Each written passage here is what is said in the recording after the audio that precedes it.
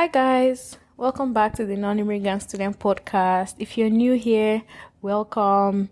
If you're old here, an old timer, been here since 2020, 2021, welcome to you as well. I just realized it's been a month since I was here.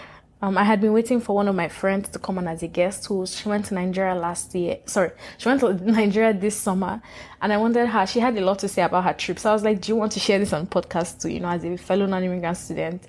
And I also wanted to compare what it was like because I went home during last Christmas. So I thought that would be fun. But we've not been able to make that happen yet. So I decided that instead of waiting, I guess I should just pop by and say hi myself. So happy new month. Today is September 7th, and I just got back from work. This is first time in a very, very long time, I've gotten back from the office before 7 p.m. Well, I choose to work Californian hours since my team, most of the people I work with are in Seattle anyway, just I'm a manager that here in New York, and a couple of other people. But I came back home early today too because I haven't been feeling well. In short, I had to take an Uber home, I closed early. I was just like, you know what? I think I should leave. I was about to open another document to continue writing after my meeting. So I was like, I think you should just leave. Because I also had just come from the doctor, did a blood test. Anyway, I'm happy to be here. I'm happy that I can come podcast as a hobby and actually have at least 100 people that listen every other week or every other time. So thank you to all my average 150 downloads. I appreciate each and every one of you. Thank you so much. How have you been? Now I'm happy that I no longer get asked these vague questions. Just this week, I decided to create a kind of feedback form where I could I asked if I was seated right beside you, what would you like to tell me about or gist me about? And then we could always talk about it. Because I think now I'm kind of past that season of answering serious questions of, how did you come to the US? How did you get into Cornell? Now it feels like donkey years ago. Plus a lot of things have changed. I used to get emails about, I'm coming. How do I do this? How do I do that? And sometimes I feel like it's rude to redirect you to previous episodes or previous IG lives I've done, But also, sometimes I also feel I no longer have the answers to those questions because a lot of things have changed. When I did my visa, they were still taking reciprocity fees. So the fees, because I think Nigeria used to make the US citizens pay money to get our visas. So US used to make Nigerian citizens also pay to get visas. Now they give 5 years, I heard. Then it was only... So I just feel like a lot of things have changed. Even getting into Cornell now, the program advisor I had for my program as at then has left. Now I hear they make them write research papers for SOP. A lot of things have just changed. I have to keep referring them to people who I know just got in. So, yes, I'm really now... Someone said I should change the name of this podcast to Non-Immigrant Worker. But I'm like, no, I think the journey is always... I came here as a non-immigrant student, so I'll always be that, I guess...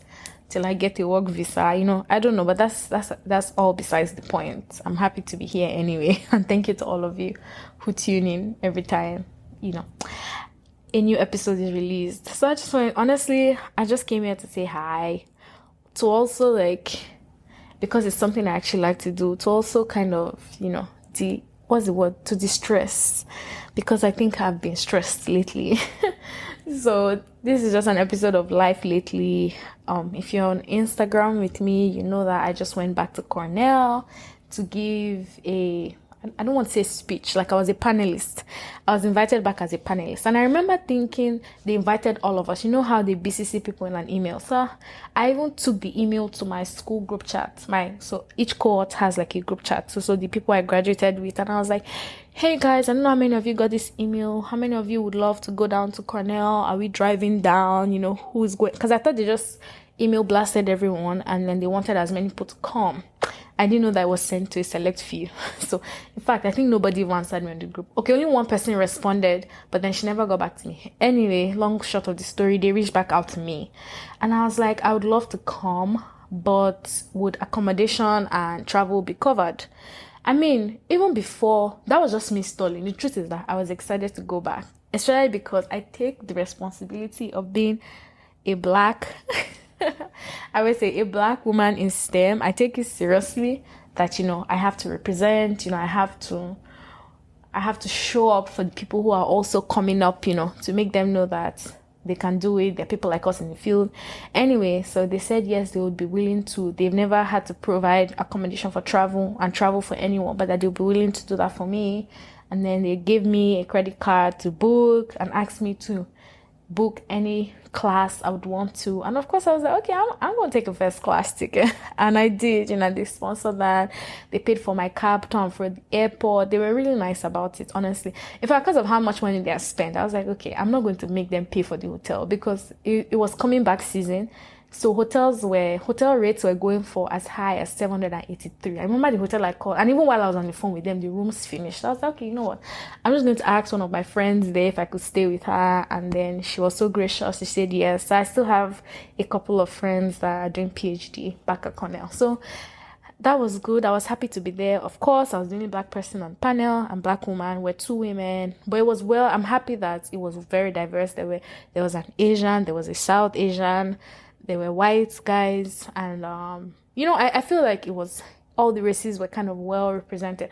Okay, I'm not sure there was a Latino or Latina. I'm not sure there was any Hispanic on that, on the panel, but it felt quite well represented. So, and I'm happy. There was a lot of good feedback. I shared on my Instagram how I remembered being so nervous. I was like, oh my God, what am I going to wear? I have to represent. So I was like, okay, I need to appeal to the Africans and the Nigerians. Sorry, I need to appeal to the Africans and the African Americans. So I was like, okay, I'm going to get Air Jordans. And I went shopping for those. I didn't like the fit on me. I eventually settled with Dunks. I was like, okay, I'm going to look corporate-ish. You have to dress the way you want to be addressed. But it was just too much money to spend. But eventually I'm happy with what I wore. I just wore a Non-Immigrant branded t-shirt and jeans, And I was like, okay, this looks good. I think I feel comfortable. And I'm happy I didn't overdo it because if you see pictures, not everyone wasn't like overdressed. And I was like, wait, am I supposed to wear a Google t-shirt? I was like, no, I'm coming here as Tolu, as a fellow student who made it. Like, I'm also here representing international students who have come and have been able to successfully get a job. So I wore my Non-Immigrant t-shirt. And by the way, I did get a couple of people ask me where they could get the t-shirts. I was like, I just made for myself. Because when I first started my podcast, I was attending a lot of IG lives on other people's shows, and all of that on my own Instagram. So I was like wearing this shirt just for, brand sake, brand management. And, but I've decided to take it seriously. If you guys are serious, I'm serious. I mean, I haven't decided to open a Shopify front store or whatever yet, but then I have a Google form attached to my link tree on Instagram, and I'll attach it in the episode details too. If you're interested in signing up for a t-shirt, I ask you to put your phone number and your email, and then I'll reach out to you and your PayPal information. I think that's the easiest way right now. I can do the exchange and then you let me know what you want, and then I'll order it from the same person who did mine and then get it across to you. Shipping is only available in the US, yada yada yada. So let me know. And there's also a form to chat with me. So I did all of this within the week, and I was like, okay, let me just put it and see how the response goes. But so that was it. That was fun. I mean, although my first class experience was a little bit boring. First of all, the flight was very short. It was like 2 hours. I mean, it was nice to sit amongst the rich, but it felt good. And they kept coming to ask, would you like any drink? Because I think on that flight, they weren't going to serve any snacks or drinks even. So they were like, I heard one guy say, would you like champagne, water or juice, orange juice? I was like, I'm fine. I'll just have water, But it felt good to be able to say I've finally flown first class. I mean, it was a domestic flight anyway, but I can brag about it, and that's all that matters. So it was really good to talk to the students. I even almost, oh my God, I'm such a crybaby. I almost broke down just remembering the pressure I was under at Cornell. And sometimes I feel like I have to keep saying it because it also looks like, even to myself, because I'm not used to sitting down in the sadness of things that go on in my life. It's just like, okay, let's move past it. Let's on to the next one. But I'm happy that I was able to share the experience, my uncertainty as at what I wanted to do after Cornell. I was like, am I really going back into tech, or do I want to go into journalism or media? So I was able to share that, and a lot of students came to meet me later that they're happy. Oh my God. I went through over 70 LinkedIn requests that day, and in short, and even after that weekend, I had to keep going through them. I'm like, okay, who am I accepting? Who am I not accepting? Who looks serious? Next Friday, I took like 3 calls with, students trying to really find out how they could harness the resources at Cornell to get jobs. So of course, it feels very fulfilling. It's also a lot of work. And I learned this from my friend Fisayo Babalola, who is now married, but, and she tells me that she told me it's a big responsibility to be in a position, especially as a Nigerian or an international student, where you've done something other people want to do, and that it's important to always look back, and help others. So I try to take it very seriously that, okay, if these people really want the information, I'm going to give it to them. Because I also went looking for information and people helped me. So that was really fun. Also, I've moved into a new apartment. My roommate didn't renew her lease. I had a roommate before. And so now I live by myself in a studio in New York City. I'm like one of these, well, not a hippie or anything, but like I'm one of these New York babes now that actually live alone in a cute little studio. So I'm still it reminds me of when I first moved to the US. I used to live alone, and I'm like, God, please, I don't want to sleep in and out of depression. When you just live alone sometimes and everything is quiet, you begin to think there's something wrong with you, But I'm very conscious to not let the devil steal my joy. There's nothing wrong with living alone. And there's nothing wrong with feeling lonely, as long as I still have my friends, I still have my family, then I'm not alone. I just need to take time and count my blessings, because it's a very different stage of your life, especially if you're someone who is now, and I've talked about it a lot, how I'm in my single phase. It's new to me. I'm learning to come home to no text of, oh, how was your day? Have you eaten? I do not have that privilege right now anymore. So I need to learn. I should be okay with my girlfriends checking on me, or my dad or my mom or my sisters, So that is definitely a new phase, and I'm learning to adjust to it. Even this year, I was like, what do I want to do for Christmas? Should I go stay with my auntie in Canada? Or, I also have friends getting married in Nigeria, which I would have loved to be able to attend, but I might not be able to attend. And I'm like, okay, maybe I should just sit at home. Maybe I should just learn what it's like to not run away from the quiet, from the solitude. So that's also part of the adulting stage. Learning to actually be alone. And even this year, when I was writing down all the places I have traveled to, planned trips, unplanned trips, I realized that, oh my God, oh my freaking gosh, I have traveled a lot. And all these trips, most of them are not even vacations. Like, they're just trips that had to be done. Even as I speak to you now, I still have 3 planned trips coming up. Next week, I'm traveling to Texas for a women's conference by Sarah Jakes Roberts, by God's grace. I'm also going for a work trip in Seattle, and finally a wedding in Mexico, which I will consider as my vacation, So there's still a lot going on. I'm like, maybe I should rest during Thanksgiving and Christmas and just be at home. This might be my last year in New York. You never know. Just never know. And I actually want to do the countdown on Times Square. Yeah, countdown, New Year countdown. Maybe go wave to the CNN screen, because my dad usually watches that. I remember when we were in Nigeria, after we come home from crossover around 12, it's still like 6 p.m. in the US or in New York on the East Coast. I remember we would watch the countdown with people in CNN. So maybe I'll go and look for the camera so my dad can see me from here.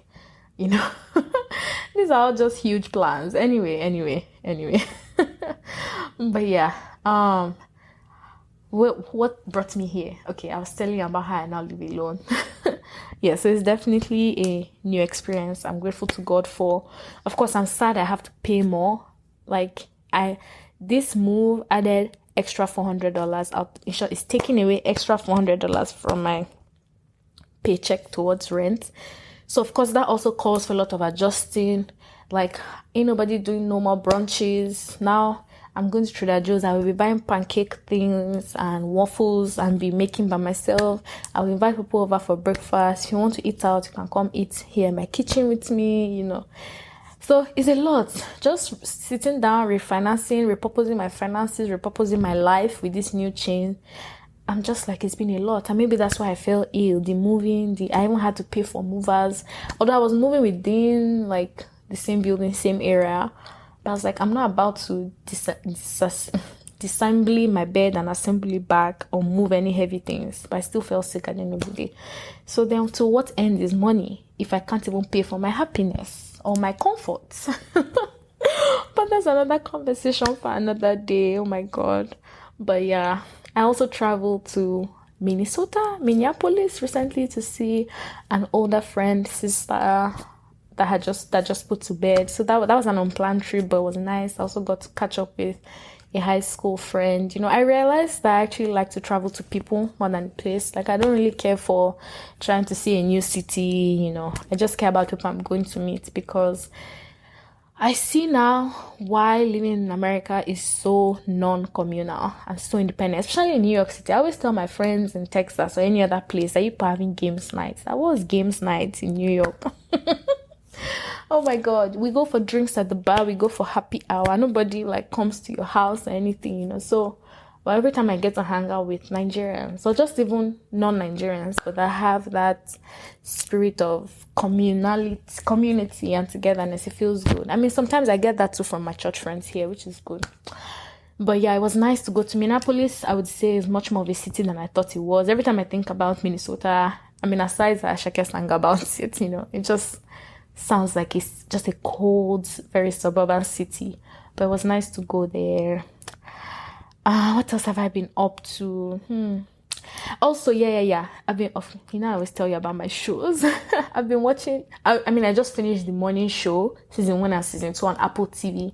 And I know Apple TV subscription is hard to come by. I think I forgot to end mine, so I was like, okay, I must use it. And I stumbled upon this very show. Sometimes I feel like I need to start a movie breakdown podcast or a movie critic podcast, because I always have a lot to say. So the show follows the life of news anchors. Like if you know the popular Good Morning America show, the Today Show, or like CBS shows, these morning shows we see. And how Shasha, it was in the time of the Me Too, #MeToo, had to do with rape, sexual misconduct, and all of these stories that you hear. And I really like how the story was written. In short, before, people would ask, when people would have the conversation, remember I went to acting school, would have this conversation of, who do you respect most? The actor, the screenwriter, or the director? And people always say the director or the actor, but I'm like, no. When a writer, all these shows can be good because it was well written. Even I recently saw a show on HBO, Project Greenlight, where I think Isaria and some other people came together to pick the best directors. And you would see that throughout the show, the director couldn't do a good job with directing the video if the script wasn't tightened enough. And so, yeah, I would say I would always respect the screenwriter. They wrote it in such a way that they didn't blame male gender for being sexual predators. Neither did they blame women for being victims. But you could see both sides and kind of objectively decide, because the man's angst was, I did not rape them. I didn't coerce them either.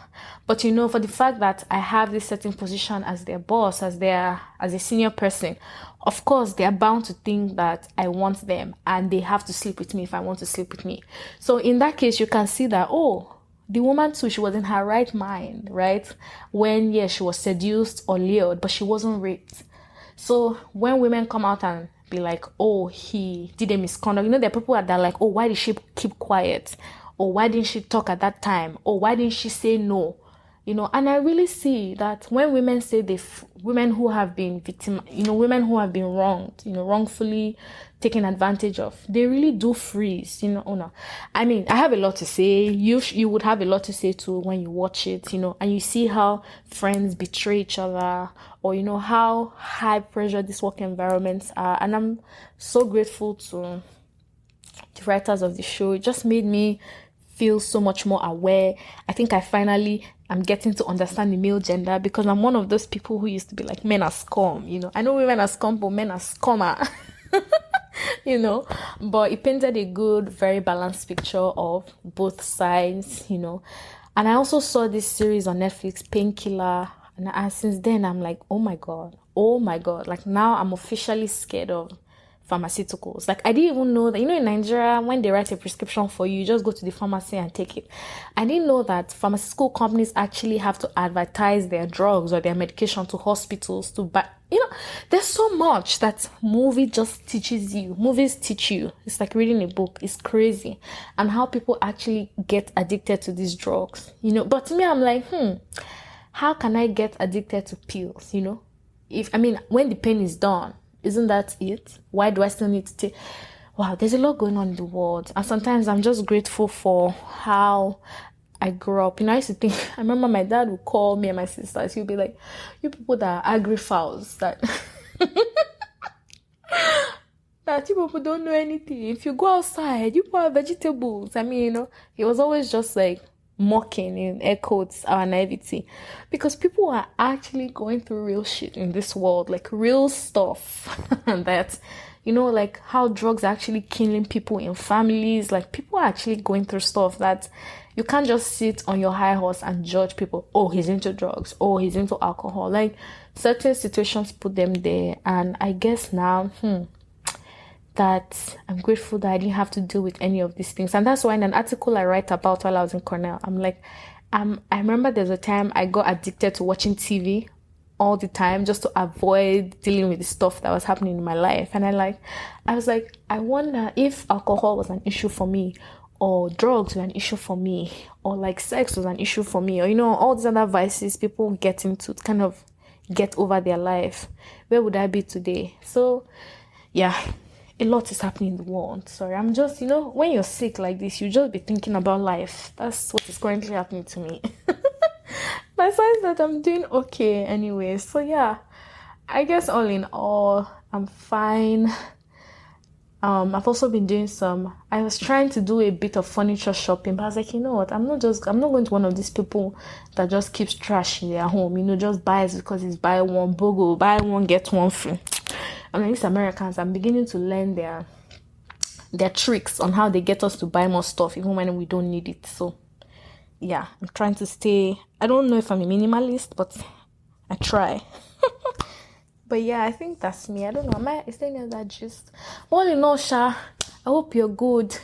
Now that summer is ending, I even heard that COVID is, someone had told me that maybe I had COVID, and I've tested negative twice now. So maybe it's just a flu thing, or maybe it was just stress. I've had COVID 5 times. 4 times were confirmed tested. The one time I didn't confirm, I was so sure I had it because I was having very weird symptoms, but so I was like, if I have it again, I won't even be surprised, but shall let it not be the time it will kill me, God forbid. And this time last year, I was preparing to go on a work trip, my first work trip. And now to see that I've come this far, I've been working out in the US for I think a year and 4 months. So yeah, time is just going. And a lot of times I just think, I'm like, God, how did our parents just work for 20 years, 25 years? Like my mom now, she has been working for 31 years. My dad too worked for 20 years before he resigned. I'm like, and the same job?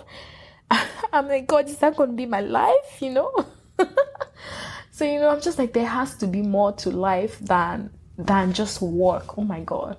And I learned something yesterday at a wellness workshop at work, to decenter work and kind of center wellness. Or like, for me, I would say wellness is very much tied to my faith, my religion, as a Christian. So like center God and then put everything around it. That's why I'm really happy for the trip I'm traveling for next week. You can catch, I think I will post on Instagram. So yeah, follow on Instagram for more. But yeah, and she shared something about the 4 things that are important to wellness. I think she talked about movement, connection. So that's exercising, being able to exercise. She called that movement. Then she talked about connection, like your friends, your relationships with people, that those could help you feel more centered.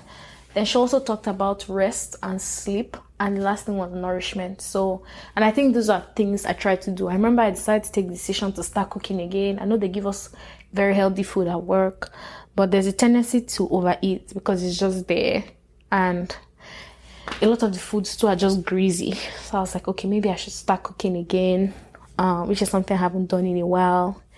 And then movement, I still have my trainer. I still try to go to the gym even if it's once in 2 weeks. And then connection, I try to meet with my friends every now and then.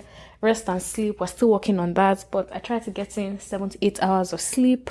So yeah, sharing that in case you need to imbibe that in your life as well. So there's a lot going on for us as adults, especially if you're also now working in America. It's a different ball game. Like if you're now working after schooling, it's apparently a different ball game. Like you can't just say, oh, we're having fall break. Oh, we're having Christmas break. Oh, there's Thanksgiving break. Like there's none of that shit anymore.